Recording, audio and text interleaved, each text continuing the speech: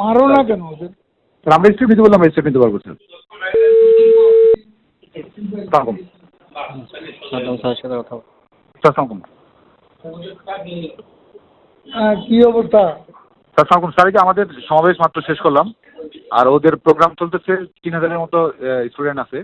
ওরা বলে আর 7টা পর্যন্ত। স্যার এই যে 8:30টায় সংবাদ সম্মেলন করবে স্যার, কে? ওই যে আন্দোলনকারীরা কখন? 8:30টায় সংবাদ সম্মেলন করবে। 8:30টায় সংবাদ সম্মেলন করে পরবর্তী কর্মসূচি মনে ঘোষণা করবে। এই 2 দিন জনসংযোগ করবে, তারপরে ওদের পিটাও না কেন? মারো না কেন ওদের? আমাদের দাও কেন ইউনিভার্সিটি পাশে? নিষেধ করলো আজকে থেকে হালকা হয়ে যাবো। জি স্যার, কই হালকা হলো?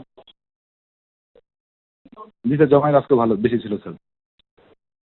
তোকে লাভ। তাহলে কি বললে তোমরা, বাস্তবে কি হচ্ছে?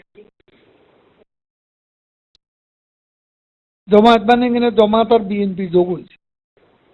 আজকে স্যার আসছে স্যার, এই ছাত্র দলের নেতা কিন্তু আসছে, তো যে কারণে জমায়েতটা ওই মানে ওইভাবে ইয়ে করছে।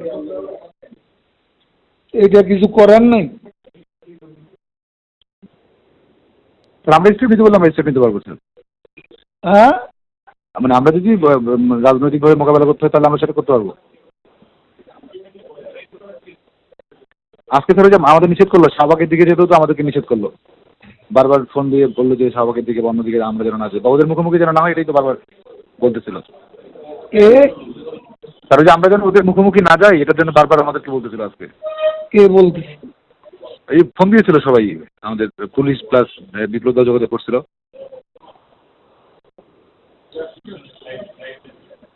বিপ্লব তো এটা বলার কথা না। আমি ওই পুলিশে যোগাযোগ করতেছিল, সব মিলে মুখোমুখি হতে একটু মানা করছিল।